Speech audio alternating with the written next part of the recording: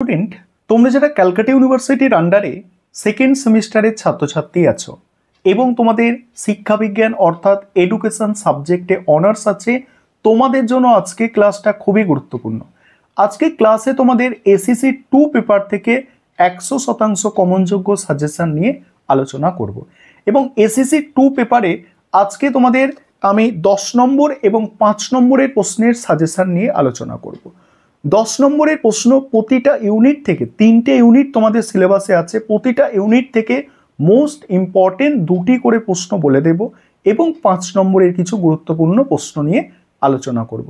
আর তোমরা যারা ইংলিশ ভার্সনের স্টুডেন্ট আছো, তোমরাও আজকে ক্লাসটা দেখো, কারণ সাজেশনটা বাংলার পাশাপাশি তোমরা ইংরাজিতেও পেয়ে যাবে। তাহলে আলোচনা শুরু করা যাক। প্রথমেই 10 নম্বরের প্রশ্ন ইউনিট 1 থেকে মোস্ট ইম্পর্টেন্ট দুটো প্রশ্ন। প্রথম প্রশ্ন আছে, ভারতের সংবিধানে বর্ণিত স্বাধীনতার অধিকার আলোচনা করো।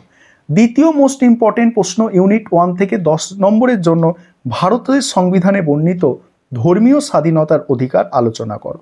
এবং এখানে আরও একটি ইম্পর্টেন্ট প্রশ্ন তোমরা একটু দেখে যাবে, সেটা হচ্ছে ভারতীয় নাগরিকদের মৌলিক কর্তব্যগুলি আলোচনা করো। মৌলিক কর্তব্য, ঠিক আছে, মৌলিক কর্তব্য এটা তোমরা যারা প্রথম সেমিস্টারে কনস্টিটিউশন ভ্যালু পড়েছিলে, তোমরা বলা ভুল, প্রত্যেকেই তোমরা পড়েছো, কনস্টিটিউশনাল ভ্যালু সাবজেক্টটা পড়েছিলে, সেখানে তোমরা জানো যে মৌলিক কর্তব্যের প্রশ্নটা ছিল 51 ক ধারায়, সেটাই এখানে লিখতে হয়। ঠিক আছে, এটা গেল তোমাদের ইউনিট 1। এবার 2 নম্বর ইউনিট থেকে পস্কো আইন সম্পর্কে বিস্তারিত আলোচনা করো। টপ মোস্ট ইম্পর্টেন্ট প্রশ্ন 2 নম্বর ইউনিট থেকে। আরেকটি হচ্ছে শিশুদের অধিকারের ধারণা আলোচনা করো। এই দুটো ভালো করে দেখবে। এবার 3 নম্বর ইউনিট থেকে একদম মোস্ট ইম্পর্টেন্ট প্রশ্ন হচ্ছে গার্হস্থ্য হিংসা আইন 2005 সম্পর্কে আলোচনা করো। দ্বিতীয় প্রশ্ন, গার্হস্থ্য হিংসা প্রতিরোধের প্রয়োজনীয়তা সম্পর্কে লেখো। গার্হস্থ্য হিংসা প্রতিরোধের প্রয়োজনীয়তা সম্পর্কে লেখো, মোস্ট ইম্পর্টেন্ট প্রশ্ন।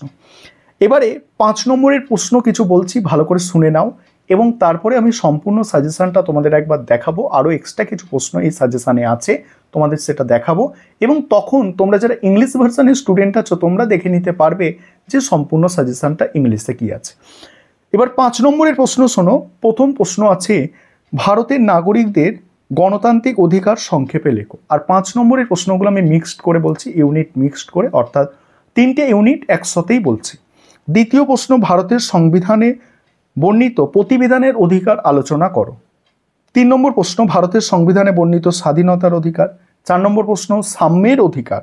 5 নম্বর প্রশ্ন, নির্দেশমূলক নীতির বৈশিষ্ট্য। 6 নম্বর প্রশ্ন, শিশুদের যৌন নির্যাতনের কারণ ও গৃহীত পদক্ষেপ।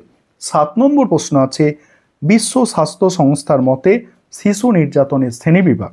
8 নম্বর প্রশ্ন, গার্হস্থ্য হিংসার প্রকৃতি। 9 নম্বর প্রশ্ন, গার্হস্থ্য হিংসা প্রতিরোধের প্রয়োজনীয়তা সংক্ষেপে লেখো। আর 10 নম্বর প্রশ্ন আছে, বিভিন্ন প্রকার গার্হস্থ্য হিংসা সম্পর্কে লেখো। এই হচ্ছে তোমাদের টপ মোস্ট ইম্পর্টেন্ট প্রশ্ন। এবারে তোমরা সম্পূর্ণ সাজেশনটা দেখে নাও, আমি স্ক্রিন রেকর্ডের মাধ্যমে তোমাদের আলোচনা করছি। এবারে তোমরা সম্পূর্ণ সাজেশনটা দেখে নাও।